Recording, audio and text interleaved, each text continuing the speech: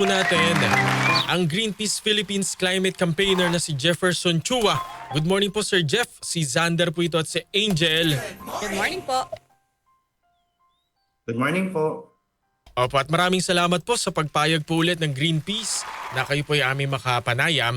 Una po sa lahat, meron ho ba kayong datos po nung ilan na yung mga naputol, ilan na po yung nabunot, yung na earthball po, at ilan pa ho yung mga puputulin kung sakali dyan po sa lungsod ng Maynila?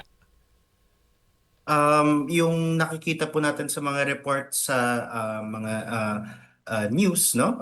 And of course, yung mga sinasabi din, no, ng ibang mga representatives ng DNR is around 200, parang marami na pong puno ang natanggal, no? And around 600 trees in total, no? Yung Yung tatanggalin. may permit, no, na para putulin.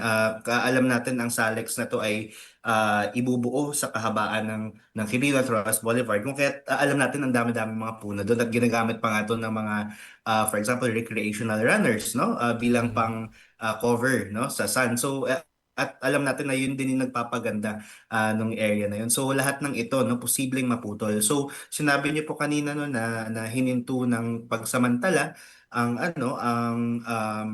development ng SALEX, pero wala din tayong assurance kung itutuloy pa siya, kung kaya't kailangan magiging vigilant talaga, no, ang civil society at lahat ng mga, lalo na mga nakatira doon sa area na manindig, no, against dito sa pagputol na to, dahil alam natin na parating na po ang monsoon season, no, this week, no, parating ng monsoon season at lalakas po ang ulan, at alam natin na napakalaking tulong po ng mga puno na to para ma-prevent po ang widespread flooding, no. So dapat makita din yun ng DNR at lalo na ng San Miguel Corporation para hindi na po talaga matuloy, no, ang pagputol ng mga puno na to. Opo. Sir Jeff, ang sinasabi kasi ng San Miguel Corporation ay para daw po ito sa development, kumbaga para maalwan ang pagbiyahe ng ating mga kababayan, especially dito sa Metro Manila, napaka-congested na. Pero po, para po sa inyo sa Greenpeace, meron po bang paraan upang maisulong ang development nang hindi po nasasakripisyo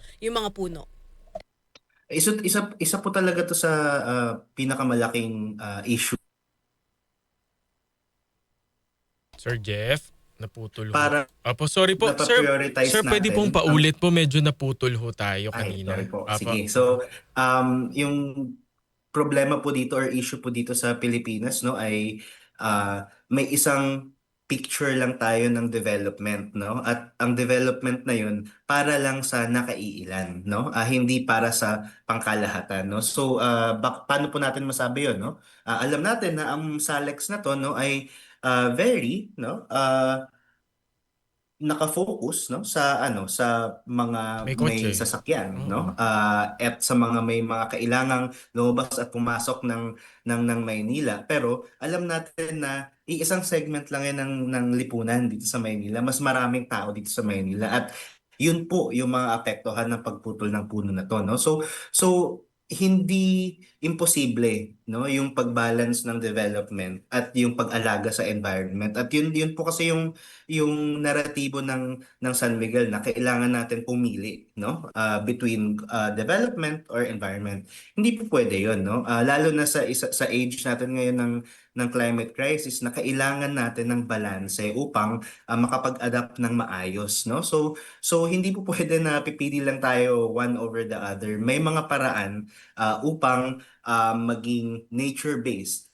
For example, no, yung mga development na ito, pwede ma-integrate po ang mga green spaces na ito dito sa mga corridors na ito. At mahalaga din, no, hindi lamang car-centric dapat yung development na sinusulong ng gobyerno at ng mga korporasyon na to. Pwede namang may public transport na maayos, no? Alam natin na malaking tulong ito hindi lamang sa pagsasaayos, no, ng infrastructure na mga ganito, ngunit, no, tataas din yung kalidad ng buhay lalo na ng mga tao doon na nakatira sa paligid. Opo, nabanggit niyo po i-integrate po yung ang ating kalikasan dun po sa mga paraan para sa pag-unlad. Papaano po yun gagawin? May mga example ho ba kayo na halimbawa po nagawa na sa ibang bansa? Marami pong example sa iba't ibang bansa na syempre hindi natin pwedeng mailipat, no, ang mga interventions na yon, no, sa ibang bansa dito dahil iba po talaga yung konteksto natin, no. Pero marami pong halimbawa, no, katulad sa Netherlands halimbawa, alam natin na napaka congested din, may congestion din, no, doon sa taas, no. So yung ginawa nila, no, naglagay sila ng mga ah, daan, no, para sa mga bike sa ilalim ng kalsada, no. So maraming mga paraan para maging mas malinis, no, at mas maluwag, no, yung area sa taas, while at the same time not sacrificing, no, yung mismong mobility ng mga tao. At syempre kailangan din i-mention dito na yung Netherlands, for example, focused sa active mobility yung transport system nila. So ibig sabihin na to may mga infrastructures, no, na for example yung train, may infrastructure sila na pwede mong park at madala yung bike mo, for example, para maging multimodal, no, yung yung mga commute routes, no, ng mga tao. So maraming mga paraan, no. And alam natin meron din sa Korea, no. Isang naging halimbawa ito nung Parex, no, yung isang river doon na sinabing patay na, tatayuan ng expressway din. Maraming tumutol syempre, pero at the same time yung government po nila nagsabi na wag natin gawin to, no. Gawin natin green space itong sa paligid ng ilog na to, at nabuhay, no, yung ilog, at ginagamit na siya ngayon for tourism, and also nagagamit din for commutes, no. So maraming mga paraan upang ma-integrate ito, at dapat ito po yung pinupondohan ng gobyerno at sinusuportahan ng gobyerno kapag may mga big ticket infrastructure development ang mga korporasyon katulad ng San Miguel. Opo, pero paano yan, Sir Jeff? Naputol na. May mga puno po na tuluyan ng naputol, dyan po sa Maynila. Ang sinasabi naman po nila, merong mga tree planting activities. Kumbaga, isang puno ang pinutol, may kapalit na 100 puno ay tatanim. Sa tingin niyo, sapat po ba ito, Sir Jeff? Hindi po talaga sapat, no, ang hakbang na iyon, no. Alam natin na itong mga puno na to hindi ito nilagay overnight, no. Ilang taon, ilang dekada yung pagtubo nito, at syempre dahil ilang dekada yun, lumalim talaga yung mga ugat na yun, kung kaya't nagiging effective flood control mechanism sila, for example. At dahil na napakalaki din ng canopy na napro-provide nila para may shade, lalo na sa extreme heat na nararanasan ng mga lalo na mga nandoon sa area, no. So kapag tinanggal mo to, hindi lang yung puno yung tinatanggal mo, marami rin tayong tinatanggal na mga co-benefits, no, ng mga puno na yon. At hindi din akma, no, na porket may seedling na naidagdag, no, okay na. Dahil ilang taon din yung hihintayin natin para tumubo yun. And we're not even talking about yung stewardship, no, ng areas na yon kung saan na ipaplant yung mga trees na yon. And kung nakita din po natin sa over the weekend or nung Friday ata, no, na nagkaroon ng malaking PR ang DNR na nilalagay daw nila yung puno nila, no, na nanilipat sa Intramuros, no, at sa ibang areas ng Maynila. Hindi ganoon kasimple 'yon, no. Hindi simpleng addition or subtraction lamang ang pag-address dito sa tree cutting. At so tama po kayo, no, once naputol na, no. Marami din natatanggal, at dapat kapag may interventions, no, na mapalitan o ma-compensate kumbaga, no, yung pagputol na yun, hindi lamang yung mismong puno yung nakakompensate, pero pati na rin yung mga co-benefits niya na napoprovide doon sa area. Opo. Ano naman ho ang masasabi po ninyo? Yung iba ho kasi nagkokomento na hindi naman daw po heritage yung mga punong pinutol. Kumbaga po yung ibang araw hong puno ay ano lang, langka, yung mga ganun lang po na madali lang din namang patubuin. Opo, no? I think nandoon na tayo sa punto na hindi na dapat na distinguish kung heritage trees ba siya or hindi. Sinasabi lang din talaga na heritage trees yun kasi may batas, no? Against tree cutting heritage trees. Pero we need to look at the issue from a broader perspective. Hindi lamang dahil porket wala sa batas, pwede mo nang gawin, di ba? Ah, Kailangan natin makita yung benefits talaga ng puno, no? And how it provides ecosystem services kumbaga doon sa mga tao around, no? At yun yung unfortunately, no, hindi nako-cover nung batas against heritage tree cutting, no? Kasi yung sinasabi lang naman ng batas na yun ay dahil napakatanda na ng mga puno na to, no? Pero alam natin na kahit young, no, or sabihin natin adolescent, no, or young adult, no, yung mga Oo. puno na to, nakapagbibigay pa rin pala talaga siya, no, ng mga benefits doon sa mga tao na tumitira sa paligid nitong mga puno na to. So dapat ganun yung pagtingin, hindi lamang dahil porket wala sa batas, pwede na natin ikat.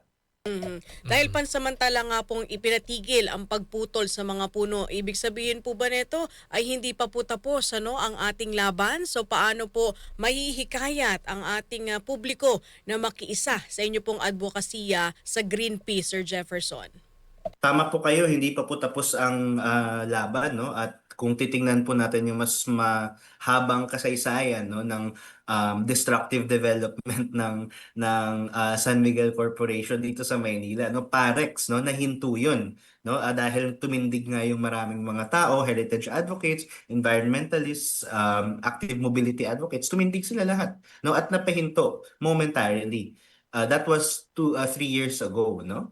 Or 4 years ago, sorry. Ngayon, um, tilang may bagong development na alam natin connected doon sa Parex na napatuloy na nagulat yung mga tao. So I think yung kailangan talaga ngayon, no, is extra vigilant dapat, no, yung mga tao lalo na yung mga taong tumitira doon sa paligid dahil yun din yung paraan natin para malaman kung ano ba talaga yung nangyayari on the ground. Isang malaking problema din ngayon, no, ay hindi masyadong transparent, no, si DNR at si SMC sa lahat ng mga gawain nila. Kung kaya't, no, kailangan manindig, no, at palakasin ang boses ng civil society upang ma-pressure din yung Senate, for example, no, pagkatapos ng lahat ng gulo nila doon, tingnan Mhm. nila, no, at magsagawa ng public inquiry in aid of legislation to investigate ano ba talaga yung nangyari dito para maisa publiko lahat ng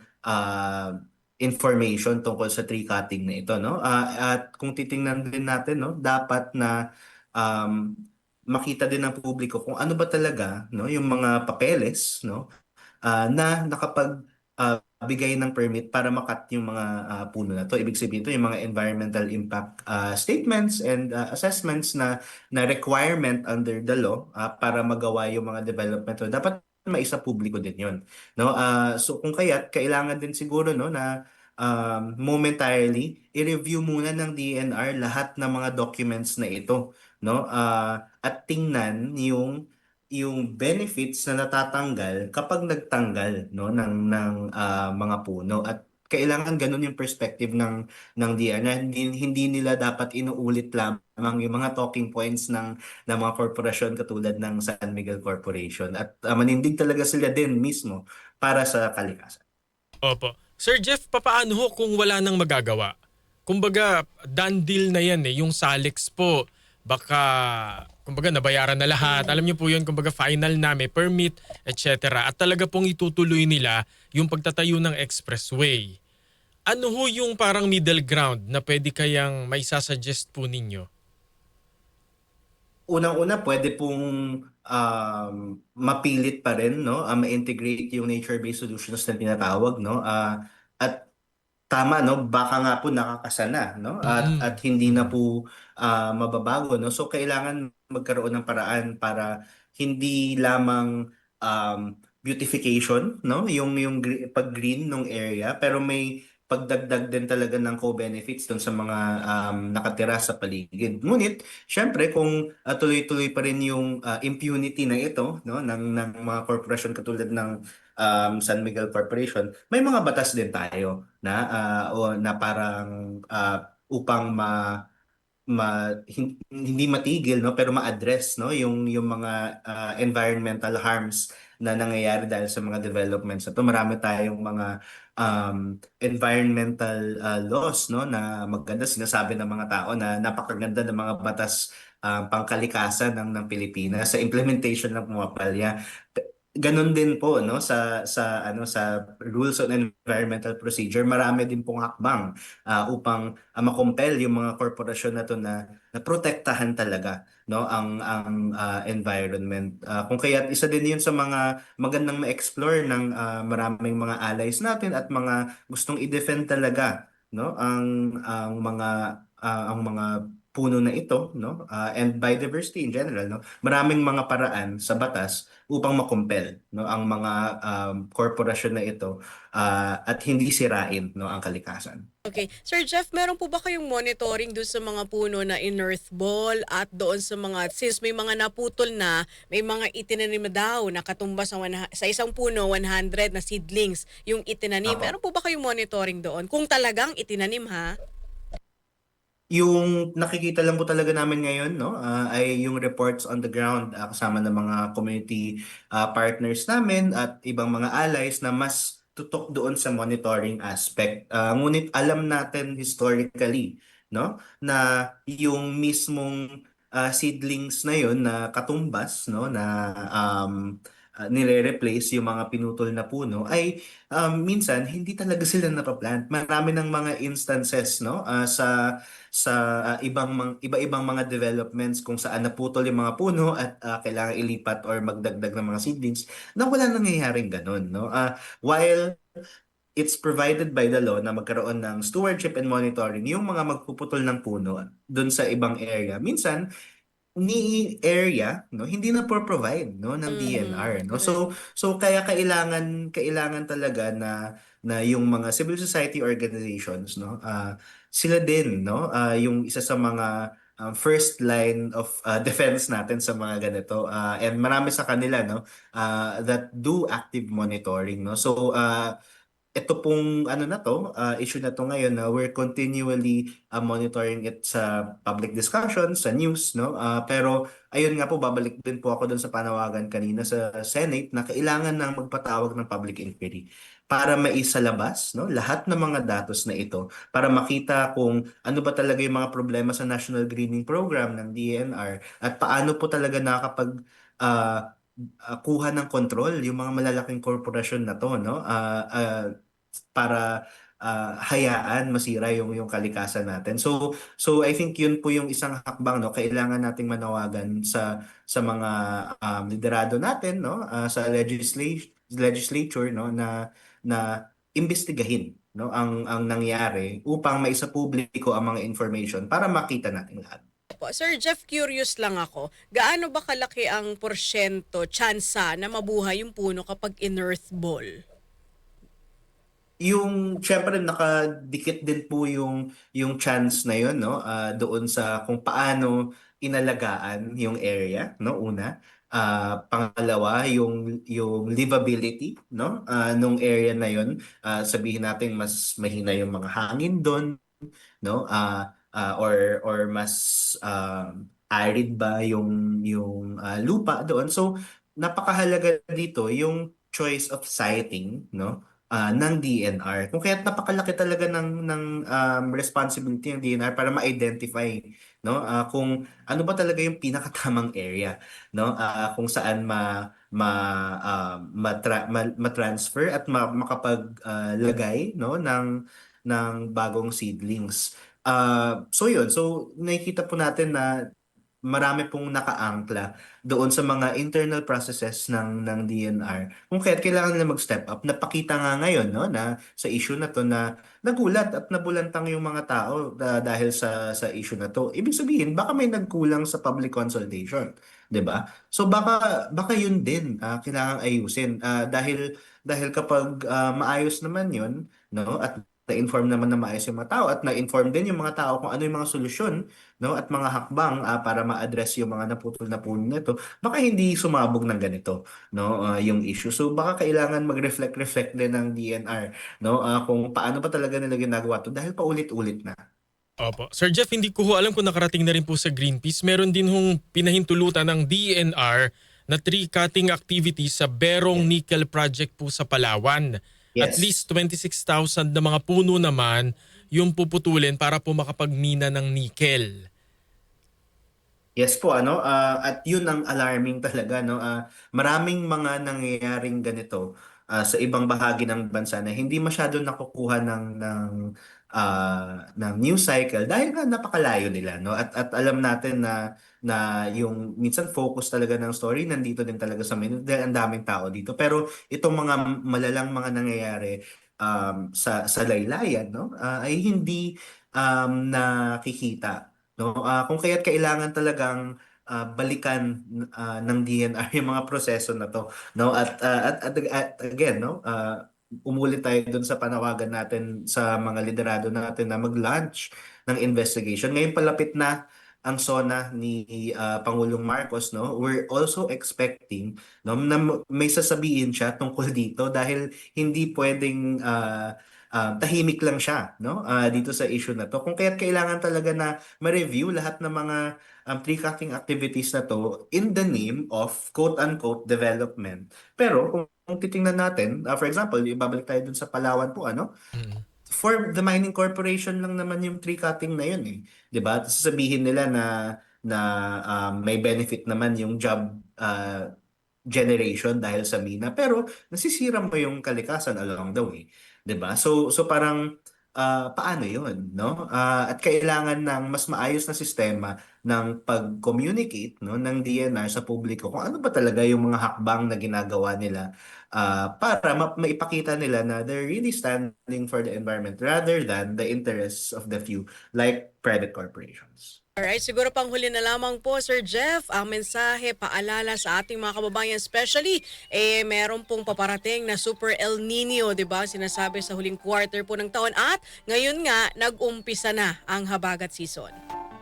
Ito nga po talaga yung pinaka-important at core, no, nung issue na sa isang konteksto na lumalala ang nararanasan natin sa klima, dito pa tayo pipili ng development for a few over the environment, no. Hindi dapat ganoon, no.